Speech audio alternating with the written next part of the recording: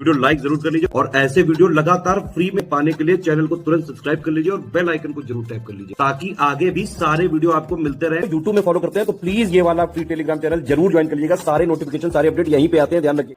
नमस्कार दोस्तों medieval history यानी मध्यकालीन जो भारत है उसकी हिस्ट्री पूरी एनसीईआरटी की जो सतीश चंद्रा है या सीएस के भी जो नोट्स हैं वो पूरा कंपाइल करके आपके लिए 50 मॉक टेस्ट मतलब 50 क्वेश्चन का एक मॉक टेस्ट है ये, जिसमें पूरे सिलेबस का निचोड़ आपको देंगे। इसका जो मुख्य उद्देश्य है टेस्ट कराना, पूरी एनसीईआरटी का रिवीजन एमसीक्यू के दौरान आपका हो जाएगा, क्योंकि सब स्टेटमेंट वाइज हमने ये कवर करा है ताकि पूरे सिलेबस का रिवीजन हो जाए आपका। इससे पहले के नहीं देखें तो एनसीईआरटी टेस्ट सीरीज़ करके प्लेलिस्ट बनी है, उसको आप देख लीजिए, सारे टेस्ट पड़े हुए हैं, ठीक है।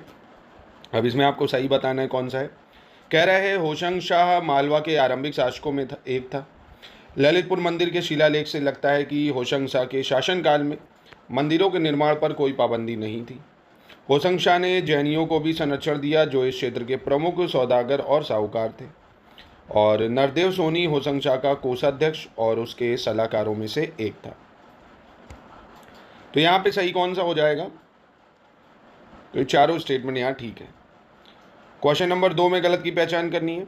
गंगा की वादी में सबसे पहले स्वतंत्रता का दावा करने वालों में से जो है, कह रहा मोहम्मद बिन तुगलक इसके दौर का एक प्रमुख कुलीन मलिक सरवर था, और शर्की सुल्तानों ने अपनी राजधानी जौनपुर को बनाया, जिसे उन्होंने शानदार इमारतों, मस्जिद और मकबरों से सजाया था। शर्की सुल्तान जो है अपने चरम काल में अलीगढ़ से दरभंगा तक और उत्तर में नेपाल की सीमा से लेकर दक्षिण में बुंदेलखंड तक फैली हुई थी शर्की सल्तनत जो है। और सुप्रसिद्ध हिंदी ग्रंथ पद्मावत के रचयिता जो है मलिक मोहम्मद जायसी जौनपुर में ही रहते थे। तो यहाँ गलत कौन सा है भाई? तो गंगा की वादी में सबसे पहले स्वतंत्रता का दावा करने वालों में से था फिरोज शाह तुगलक, मोहम्मद तुगलक नहीं, फिरोज तुगलक। ये गलत हो जाएगा। क्वेश्चन नंबर 3 में गलत की पहचान करनी है। 14वीं शताब्दी में भारत के तुर्कों द्वारा बनाई गई सबसे प्रभावशाली इमारत कुतुब मीनार है।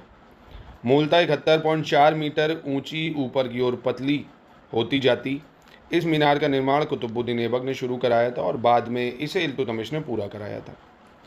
यह दिल्ली के लोकप्रिय सूफी संत कुतुबुद्दीन बख्तियार काकी को समर्पित है। अलाउद्दीन ने कुतुब मीनार के इलाके के कुछ ही किलोमीटर की दूरी पर सीरी को अपनी राजधानी भी बनाया था। तो यहाँ गलत कौन सा हो जाएगा? तो 14वीं शताब्दी में नहीं, 13वीं शताब्दी में बनना शुरू हुई थी क्या कुतुब मीनार? 13वीं शताब्दी में। क्वेश्चन नंबर 4 में सही की पहचान करनी है। कह रहा है गयासुद्दीन और मोहम्मद तुगलक ने किलों और महलों का एक विशाल परिसर बनवाया था, जिसे तुगलकाबाद कहा जाता है। ढालू दीवारें तुगलक वास्तुकला की ओर या तुगलक वास्तुकला की एक और उल्लेखनीय विशेषता है। इसे निप्रवण या बैटर कहते हैं, तथा यह भवन को मजबूती और सुदृढ़ता प्रदान करती हुई लगती है। लेकिन फिरोज तुगलक की किसी इमारत में हम निप्रवण नहीं देखते हैं। अष्टकोणीय विशेषताओं वाले जो मकबरे हैं मुगलों द्वारा अपनाए गए थे, और उनकी परिणति शाहजहां द्वारा निर्मित ताजमहल में पाई जाती है। तो यहाँ कौन सा सही है? तो यहाँ ये तीनों ठीक हो जाएंगे। क्वेश्चन नंबर 5 में सही की पहचान करनी है। कह रहे हैं कुछ आरंभिक सूफियों जैसे महिला सूफी संत राबिया और मंसूर बिन हल्लाज ने ईश्वर और आत्मा के बीच के रिश्ते के रूप में प्रेम पर बहुत जोर दिया था। अल गजाली, जिसे रूढ़ीवादी और सूफी दोनों तत्वों द्वारा सम्मानित किया गया था, इसने सूफीवादी को इस्लाम रूढ़ीवादी के साथ सामंजस्य स्थापित करने का प्रयास किया था। तो यहाँ पे आप देखेंगे ये दोनों ठीक है। 6 पे आते हैं, यहाँ पे भी सही की पहचान करनी है। भारत में चिश्ती सिलसिले की जो शुरुआत है ख्वाजा मोइनुद्दीन चिश्ती से होती है, जो पृथ्वीराज चौहान की हार और मौत के कुछ समय बाद 1192 के आसपास भारत आया था। शेख मोइनुद्दीन के शिष्यों में बख्तियार काकी और उनके शिष्य फरीद गंज शंकर शामिल थे भाई। फरीदुद्दीन कह सकते हो, फरीदुद्दीन गंज शंकर। फरीदुद्दीन ने अपनी गतिविधि हांसी और अजोदन तक सीमित कर दी थी भाई। तो यहाँ पे भी आप देखेंगे तीनों ठीक हो जाएंगे। क्वेश्चन नंबर 7 में सही की पहचान करनी है। इब्र अरबी का अस्तित्व की एकता का जो सिद्धांत है तौहीद ए वजूदी कहलाता है। भारत में यह सिद्धांत लोकप्रिय बन चुका था, और यह औरंगजेब से पहले ही सूफी विचारधारा का मुख्य आधार बन चुका था। सूफ़ी अब्दुल वाहिद बिलग्रामी ने हकायक़े हिंदी नाम से एक प्रबंध ग्रंथ लिखा, जिसमें उन्होंने कृष्ण, मुरली, गोपी, राधा, यमुना आदि शब्दों को सूफ़ी रहस्यवादी ढंग से समझाने का प्रयास किया। फतवाए आलमगीरी औरंगजेब के काल में न्याय शास्त्रियों के एक दल द्वारा तैयार की गई विधि संहिता है। तो यहाँ आप देखेंगे कौन सा सही है, तो 134 सही है। दूसरा गलत है, क्योंकि अकबर जो है अकबर, ये अकबर से पहले ही सूफी विचारधारा का मुख्य आधार बन चुका था, तो यहाँ अकबर होना चाहिए था। क्वेश्चन नंबर 8 में गलत की पहचान करनी है भाई, कौन सा गलत है। 15वीं सदी में मंगोल साम्राज्य के विघटन के बाद तैमूर ने ईरान और तुरान को एक नियम के तहत फिर से एकजुट किया।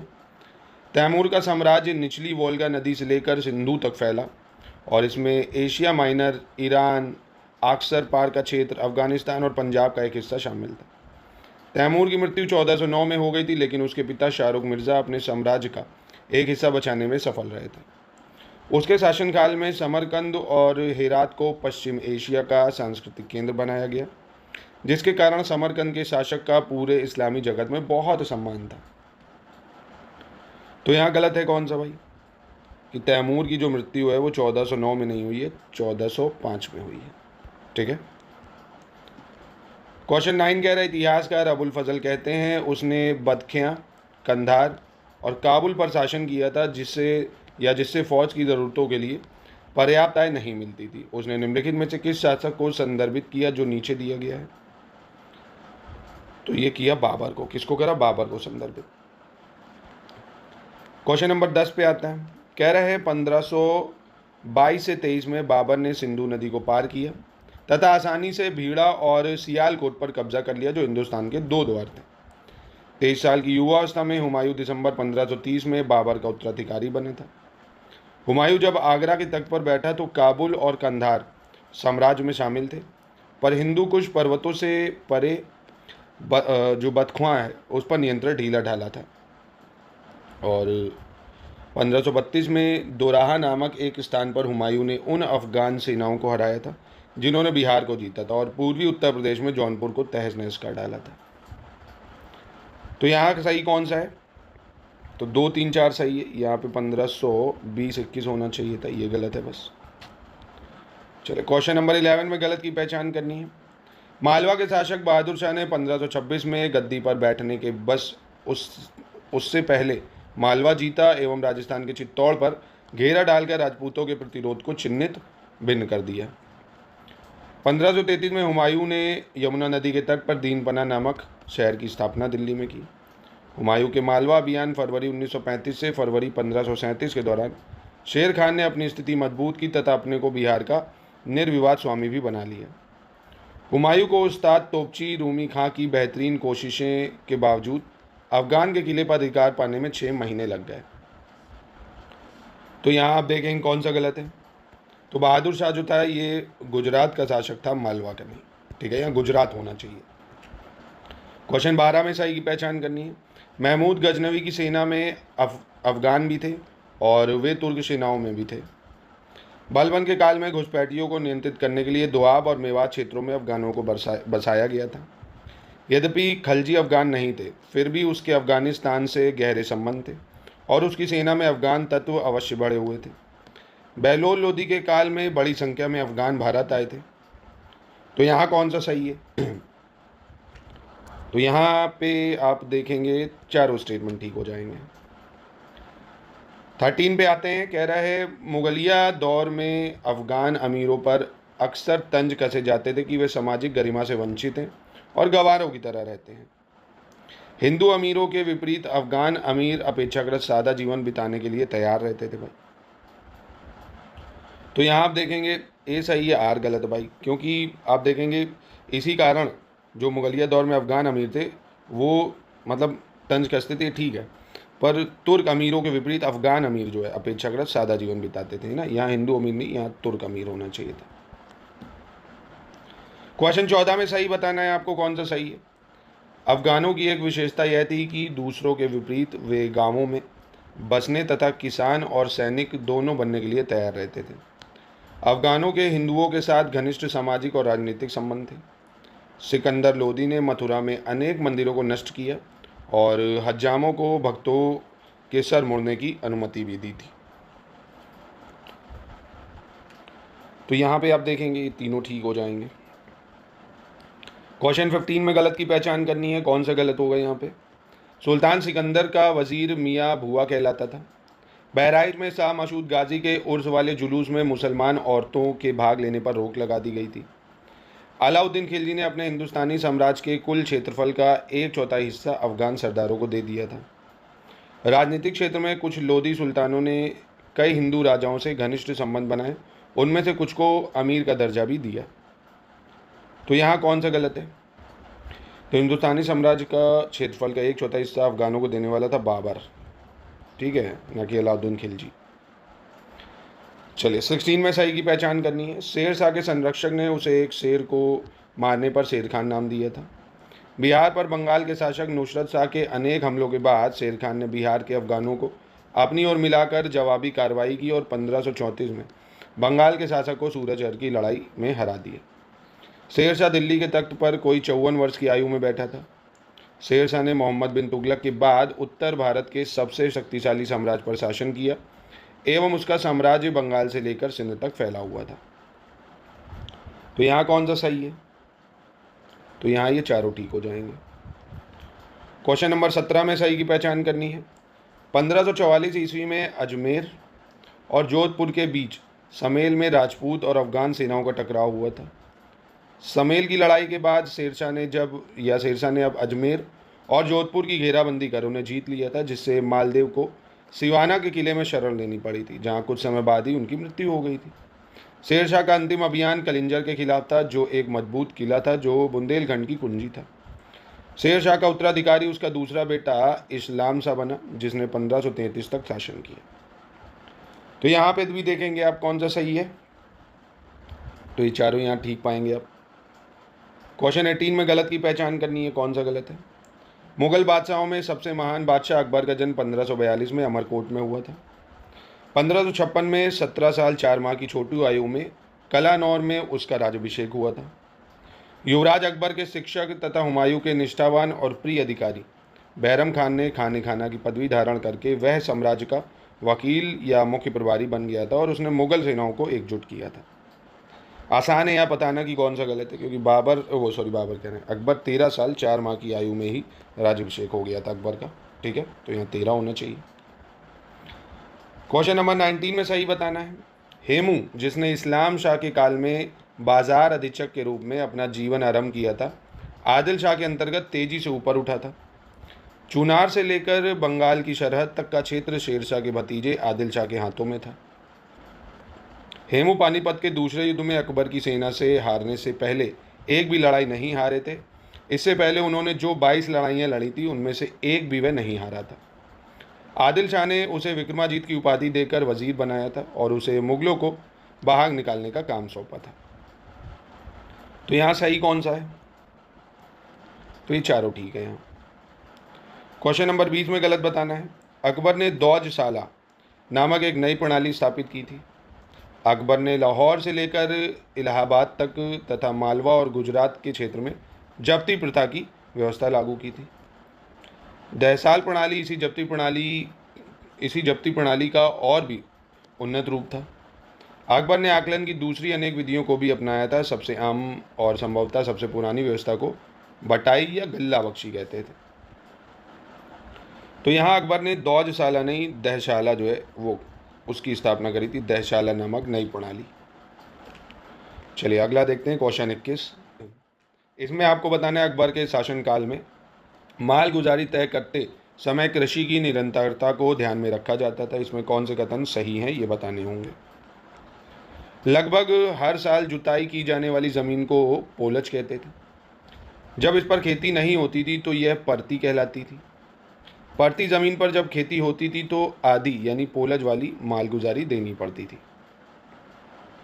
तो यहाँ कौन सा सही है। तो यहाँ 1 to 4 सही है, तीसरा गलत हो जाएगा, क्योंकि परती ज़मीन पर जब खेती नहीं होगी ना तो आधी मालगुजारी देनी पड़ेगी। भाई होगी तो थोड़ी, ठीक है, जब होगी तो पूरी देनी पड़ेगी। नहीं होगी तो आधी देनी पड़ेगी, है ना। खेती होती थी तो पूरी देनी पड़ेगी। और ये दोस्तों यूपी पीसीएस 2026 की शुरुआत से सिलेक्शन तक की तैयारी का ग्रुप हमारा चल रहा है, जिसमें हम आपको पूरे बेसिक नोट्स समरी प्रोवाइड करेंगे। 3 स्ट्रेटजी प्लान होगा, जिसमें test, monthly current affairs, daily current affairs, compilation, listing यानी थ्योरी और फैक्ट सब कुछ प्रोवाइड करेंगे, जितना एग्जाम प्रीलिम्स निकालने के लिए ज़रूरी है। Doubt clearance, recorded classes, quiz, test series सब कुछ प्रोवाइड होगा। मेंस के नोट्स आपको GS 1 से 6 तक के मिल जाएंगे पूरी तैयारी के लिए। तो पूरी तैयारी 2026 की, 27 की जब भी आप करना चाहते हैं तो कर सकते हैं। अकबर की मनसबदारी व्यवस्था के संदर्भ में सही विकल्प का चयन करना है।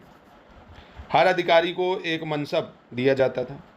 सबसे कम मनसब 10 का और सबसे अधिक 5000 का था।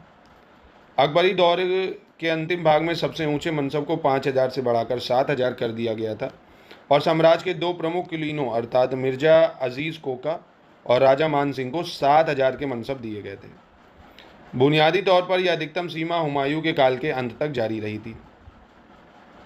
तो यहाँ सही कौन सा है भाई? तो यहाँ 1 2 3 सही है, चौथा गलत है। ठीक है, क्योंकि ये जो बुनियादी तौर पर सीमा है ये औरंगजेब के काल तक रहेगी, है ना, औरंगजेब के। चलो क्वेश्चन नंबर 23 में गलत की पहचान करनी है। 1580 में अकबर ने अपने पूरे साम्राज्य को 12 सूबों में बांट दिया था। मुगलों में डूंगरपुर, बांसवाड़ा, सिरोही आदि राज्यों को, जो मालवा के आश्रित सहयोगी थे और राणा प्रताप की सहायता की थी, कुचल दिया था। अकबर की राजपूत नीति को उसके उत्तराधिकारियों जहांगीर और शाहजहां ने भी जारी रखा। शाहजहां, जिनकी मां एक राजपूत राजकुमारी थी, उसने स्वयं एक कछवाहा राजकुमारी और एक जोधपुर राजकुमारी से विवाह किया था।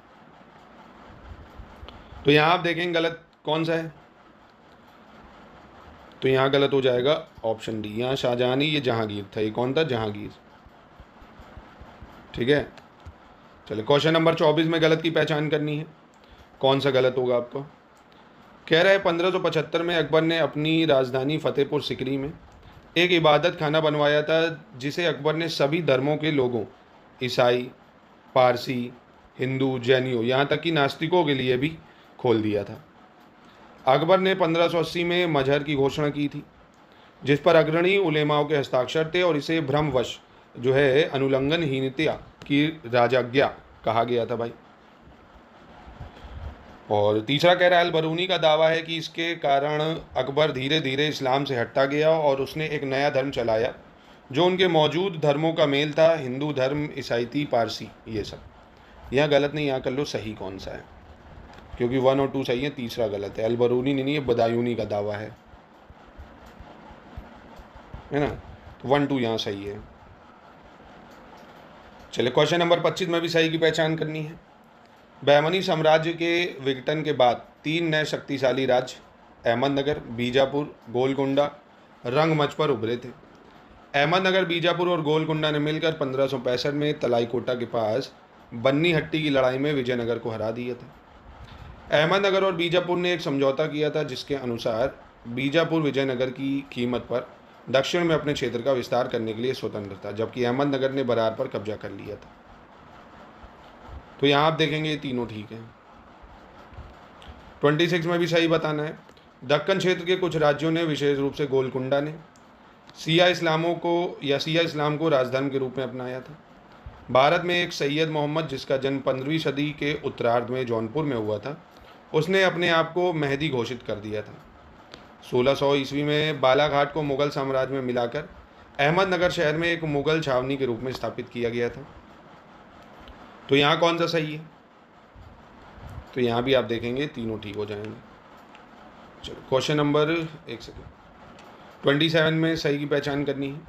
1601 में अकबर के सबसे छोटे बेटे शहजादा दानियाल, जिन्हें दक्कन में मुगल सेना की कमान सौंपी गई थी, उसने मुर्तजा निजाम शाह द्वितीय के साथ एक संधि की थी।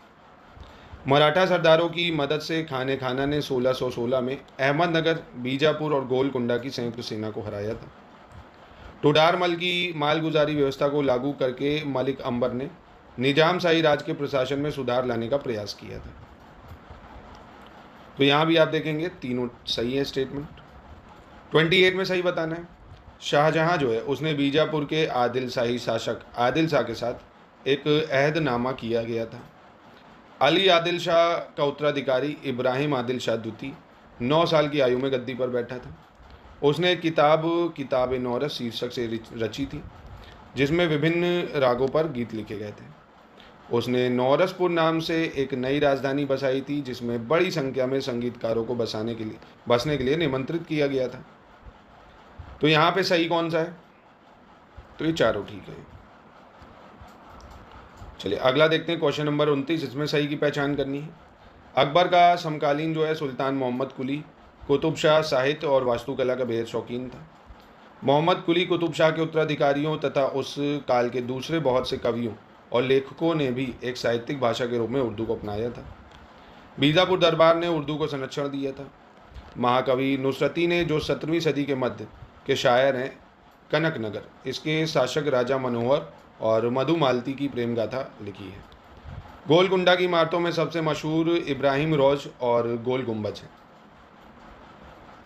तो यहाँ 1 2 3 सही है, चौथा गलत हो जाएगा, क्योंकि ये बीजापुर इमारतों में है, गोलकुंडा में नहीं है ना, बीजापुर। क्वेश्चन नंबर 30 में सही की पहचान कर लेते हैं। पश्चिम एशिया में सबसे शक्तिशाली साम्राज्य उस्मानी तुर्कों का था। ये अपने पहले शासक उस्मान के नाम पर उस्मानी तुर्क कहे जाते थे। इन्होंने एशिया माइनर और पूर्वी यूरोप पर विजय प्राप्त की थी और 1529 में सीरिया, मिस्र और अरब पर विजय प्राप्त की थी। काहिरा में बैठे नाम मात्र के खलीफा से उन्होंने बादशाह इस्लाम की पदवी हासिल की थी। तो यहाँ पे देखेंगे आप 1 2 3 सही है, तीसरा गलत हो जाएगा यहाँ पे, मतलब चौथा गलत हो जाएगा। क्यों? क्योंकि ये जो टाइटल है बादशाह इस्लाम, ये नहीं, ये लिया था रोम के सुल्तान की पदवी, रोम के सुल्तान है ना। काहिरा में बैठे नाम मात्र के खलीफा से उन्होंने क्या लिया था टाइटल? रोम के सुल्तान। 31 असरसन रीजन का सवाल है। मुगलों ने ईरानियों के खिलाफ एक त्रिपक्षीय उस्मानी मुगल उज़्बेक गठबंधन के उज़्बेक प्रस्तावों को अस्वीकार कर दिया था। मुगल नहीं चाहते थे कि एशिया में शक्ति का संतुलन बिगड़े और वे उज़्बेक शक्ति का मुकाबला करने के लिए अकेले रह जाएं। तो ये बिल्कुल सही है और कारण भी है, व्याख्या करता है इसका। 32 में सही की पहचान करनी है। 1570 के दशकों में अब्दुल्ला खान उज़्बेक के अंतर्गत उज़्बेकों की क्षेत्रीय शक्ति तेजी से बढ़ी थी। 1572-73 में अब्दुल्ला खान उज़्बेक ने बल्ख पर कब्जा कर लिया, जो बादशाह खां के साथ मुगलों और उज़्बेकों के बीच एक तरह का तटस्थ क्षेत्र था। 1577 में अब्दुल्ला खान ने ईरान के बंटवारे के प्रस्ताव के साथ अकबर के पास एक दूत भेजा था। अब्दुल्ला खान का आग्रह था कि अकबर जो है भारत से सेना लेकर ईरान पर चढ़ाई कर दे, ताकि संयुक्त प्रयासों से वे इराक, खुरासन और फारस को 2 जदियों से मुक्त करा सके या शियों से मुक्त करा सके। तो यहाँ आप देखेंगे चारों ठीक हैं। 33 आ जाते हैं, इसमें सही बताना है। अबुल फजल कहते हैं कि खैबर दर्रे को जो है पहिएदार सवारियों के लिए उपयुक्त बना दिया गया था और मुगल के डर से बल्ख के दरवाजे प्रायः बंद रखे जाते थे। अकबर ने 1595 में कंधार को जीतकर एक वैज्ञानिक और रक्षणीय सीमा स्थापित करने का अपना उद्देश्य पूरा किया था। एक आधुनिक ब्रिटिश टीकाकार के अनुसार काबुली गंजनी कंधार रेखा एक रणनीतिक और तार्किक सीमा रेखा की सूचक थी। तो यहाँ सही कौन सा है? तो ये तीनों ठीक है। क्वेश्चन 34 में सही की पहचान करनी है। 1608 में जहांगीर ने प्रसिद्ध सूफी संत शेख सलीम चिश्ती के पोते इस्लाम खान को बंगाल में नियुक्त किया था। शेख सलीम जो है मुगलों के संरक्षक संत थे। इस्लाम खान ने जेसोर के राजा सहित कई जमींदारों पर जीत हासिल की थी और विद्रोह से निपटने के लिए रणनीतिक स्थान समरकंद को अपना मुख्यालय बनाया था। तो यहाँ पे कौन सा जो है सही है? तो 1 और 2 सही है भाई, तीसरा गलत हो जाएगा यहाँ पे, क्योंकि इन्होंने समरकंद को नहीं, ढाका को अपना मुख्यालय बनाया था, बांग्लादेश में जो ढाका है। 35 में गलत की पहचान करनी है। कौन सी गलत है? नूरजहाँ का विवाह कह रहा है पहले शेर अफगान नामक एक तुर्क से हुआ था। बंगाल के मुगल सूबेदार के साथ टकराव में शेर अफगान की मृत्यु हो गई थी। नूरजहाँ का विवाह जहांगीर से 1611 में हुआ। नूरजहाँ का परिवार एक प्रतिष्ठित परिवार था। उसके पिता एतमाउद्दौला को जहांगीर ने अपने शासन के पहले वर्ष में ही संयुक्त दीवान बनाया था। नूरजहाँ का भाई आसफ खान या पढ़ा लिखा और योग्य व्यक्ति था, उसे खाने शामा बना दिया गया था। तो नूरजहाँ का जो विवाह है पहले शेर अफगान नामक एक तुर्क नहीं, एक ईरानी से हुआ था, ईरानी से। ठीक है, 36 पे आते हैं, सही की पहचान करनी है। शाहजहाँ ने 1622 में अपने पिता से विद्रोह कर दिया क्योंकि उसे लगता था कि जहांगीर पूरी तरह नूरजहाँ के प्रभाव में है। मुगलों के इतिहास में नूरजहाँ के नाम से सिक्के जारी किए गए थे और उसे बादशाह बेगम की पदवी दी गई थी। आसफ खान को जहांगीर ने वकील नियुक्त किया था। शाहजहाँ ने स्वयं को इस्लाम का रक्षक करार दिया था और इस नीति को दोहराया कि पुराने पूजा स्थानों की मरम्मत तो की जा सकती है पर नए मंदिर नहीं बनवाए जा सकते हैं। तो यहाँ पे भी देखेंगे आप चारों ठीक हो जाएंगे। चलो आगे देखते हैं, क्वेश्चन 37 में सही की पहचान करनी है। जहांगीर ने सभी धर्मों को सम्मान और स्वतंत्रता देने की अकबरी नीति की न सिर्फ प्रशंसा की बल्कि उसे जारी भी रखा। जैसा कि वह अपनी तुजूके जहांगीरी में कहता है, उसकी विशाल सल्तनत में विभिन्न धर्मों के अनुयायियों के लिए स्थान है। जहांगीर सप्ताह का एक दिन सूर्य के लिए समर्पित करता था और उस दिन जो है भोजन के लिए कोई पशु नहीं मारा जाता था। जहांगीर दिवाली, होली, दशहरा आदि विभिन्न हिंदू त्यौहार भी मनाता था। तो यहाँ देखेंगे आप कौन सा सही है। ठीक है, ये चारों। क्वेश्चन 38 में गलत की पहचान करनी है। अकबर के काल में मनसबदार को अपने दस्ते के रखरखाव के लिए औसतन प्रति सवार 240 रुपये वार्षिक दिए जाते थे, जो कि जहांगीर के काल में घटाकर 220 रुपये वार्षिक कर दिए गए थे। शाहजहाँ के समय में ऐदियों की संख्या 7000 थी तथा अक्सर उन्हें मोर्चे पर भेजा जाता था जहाँ सेना के विभिन्न भागों में वे अच्छी तरह बांटे दिए जाते थे। फ्रांसीसी यात्री बर्नियर ने, जो शाहजहाँ के साथ लाहौर और कश्मीर गया था, हल्की तोपों को जिन्हें घुड़सवारों की तोपें कहा जाता था, अत्यंत प्रभावकारी पाया था। गैर लड़ाकू लोगों को निकाल दे तो पैदल सेना की संख्या शाहजहाँ में 40,000 थी, पैदल सेना। तो यहाँ गलत है ये कि जहांगीर के काल में इसको घटा के 200 करा गया था, है ना, 220 नहीं। 39 देखते हैं, सही बताना है। बाबर जब भारत में आम जनता के मामूली कपड़ों को देखकर हैरान रह गया था, उसने लिखा है, किसान और कम हैसियत वाले लोग नंगे बदन रहते हैं। रॉल्फिच कहता है कि बनारस में लोग कमर पर बंधे ज़रा से कपड़े को छोड़ दें तो नंगे रहते हैं। दलेत ने लिखा है कि जाड़ों में अपने को गर्म और आरामदेह रखने के लिए कामगारों के कपड़े अपर्याप्त थे। रॉल्फिच कहता है कि जाड़ों में लोग रुईदार लबदे और रुईदार टोपे पहनते हैं। तो यहाँ पे भी देखेंगे चारों ठीक हो जाएंगे। दोस्तों, हमारे फाउंडेशन कोर्स यूपीपी से 2026 प्री और मेंस के लिए संपूर्ण तैयारी का चल रहा है, जिसमें प्री का पूरा सिलेक्शन मटेरियल, मेंस का पूरा सिलेक्शन मटेरियल, करंट अफेयर्स, फिर डेली आपकी प्रैक्टिस क्विज से कराएंगे, टेस्ट आपको करवाएंगे, आंसर राइटिंग, ऐसे राइटिंग, पूरी तैयारी। यानी पीसीएस की अगर आप सिलेक्शन तक की करना चाहते हैं तो आप एससीएस में ज्वाइन करके कर सकते हैं। पूरी ग्रुप हमारे चल रहे हैं। चलिए, क्वेश्चन 40 में सही बताना है। एक रूसी व्यापारी अफनासी या अफांसी निकितिन कहता है कि दक्कन के लोग नंगे पैर आते जाते थे। मार्लोन जैसे एक आधुनिक लेखक ने भी कहा है कि नर्मदा नदी के उत्तर में बंगाल को छोड़ कहीं भी उन्होंने जूते का जिक्र नहीं पाया। उन्होंने इसका कारण चमड़े की ऊंची कीमत को ठहराया है। तांबा और घंटा धातु की तश्तरियाँ और बर्तन महंगे थे और आमतौर पर गरीब उनका उपयोग नहीं करते थे। बंगाल में और तटवर्ती क्षेत्रों में मछली खाने का प्रचलन था और प्रायद्वीप के दक्षिणी भाग में मांस खाया जाता था। तो यहाँ देखेंगे आप, ये चारों ठीक है। 41 पे आते हैं, यहाँ सही की पहचान करनी है, कौन सा सही होगा। 17वीं सदी में 2 नई फसलें तंबाकू और मकई उगाई जाने लगी। इस काल में बंगाल में रेशम और टसर की खेती इतनी बढ़ी कि चीन से रेशम मंगाने की आवश्यकता ही नहीं रही थी। इस काल में भारत के कुछ पड़ोसी देशों को अनाजों का निर्यात भी किया जाता था, विशेषकर चावल और शक्कर। इस काल में कृषि के प्रसार और सुधार के लिए मुगल राज्य किसानों को प्रोत्साहन और ऋण भी प्रदान करता था। तो यहाँ भी आप देखेंगे चारों ठीक है। 42 में देखते हैं, गलत की पहचान करनी है। औरंगजेब ने सार्वजनिक वितरण प्रणाली यानी पब्लिक डिस्ट्रीब्यूशन सिस्टम शुरू करा था। पाल शासक धर्मपाल ने 200 गांव नालंदा विश्वविद्यालय के रखरखाव के लिए दान में दिए थे। भारत में मुगल राजवंश की स्थापना का श्रेय तैमूर लंग और चंगेज़ खान के वंशज ज़हीरुद्दीन मोहम्मद बाबर को जाता है। शेरशाह सूरी ने प्राचीन पाटलिपुत्र नगरी के स्थान पर पटना शहर बसाया था। तो यहाँ सार्वजनिक वितरण प्रणाली ये अलाउद्दीन खिलजी ने शुरू करी थी। ठीक है, अलाउद्दीन खिलजी ने, ये गलत हो जाएगा। 43 में सही बताना है भाई, कौन सा सही है।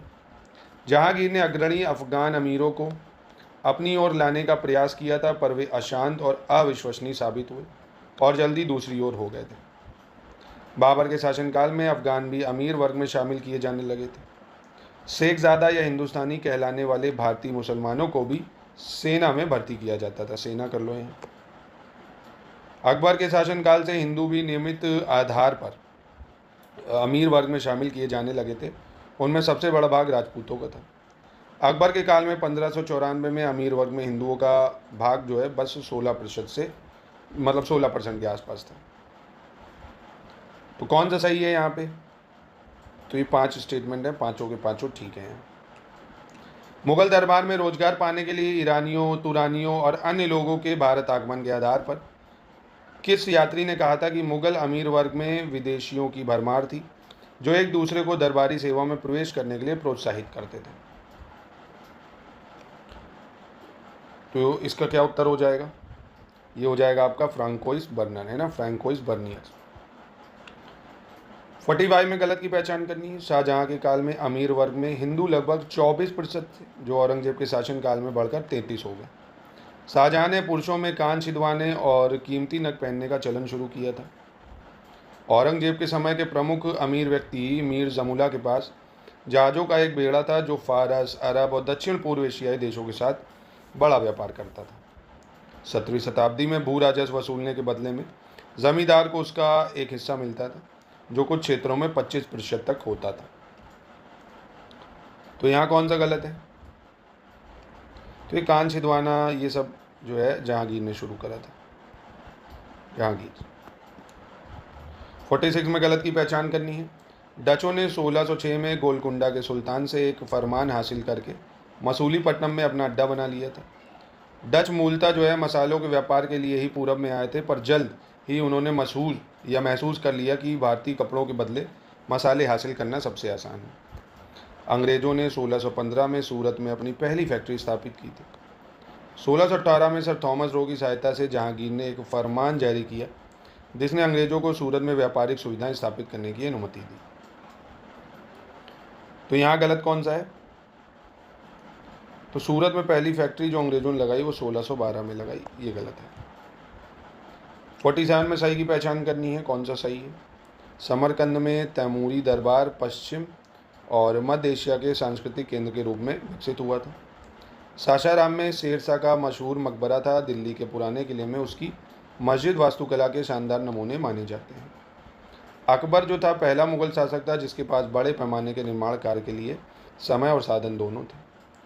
किला निर्माण अपने उत्कर्ष पर दिल्ली में पहुंचा था और जहां शाहजहां ने सुप्रसिद्ध लाल किला बनवाया था। तो यहाँ भी चारों ठीक है। 48 में सही बताना है। 1572 में अकबर ने आगरा से 36 किलोमीटर दूर फतेहपुर सिकरी में एक महल शाह किला परिसर का निर्माण आरंभ कराया था जो 8 वर्षों में पूरा हुआ था। वास्तुकला की गुजरात शैली का सबसे व्यापक प्रयोग उस महल में किया गया जिसे संभवतः अकबर की राजपूत पत्नी या पत्नियों के लिए बनाया गया था।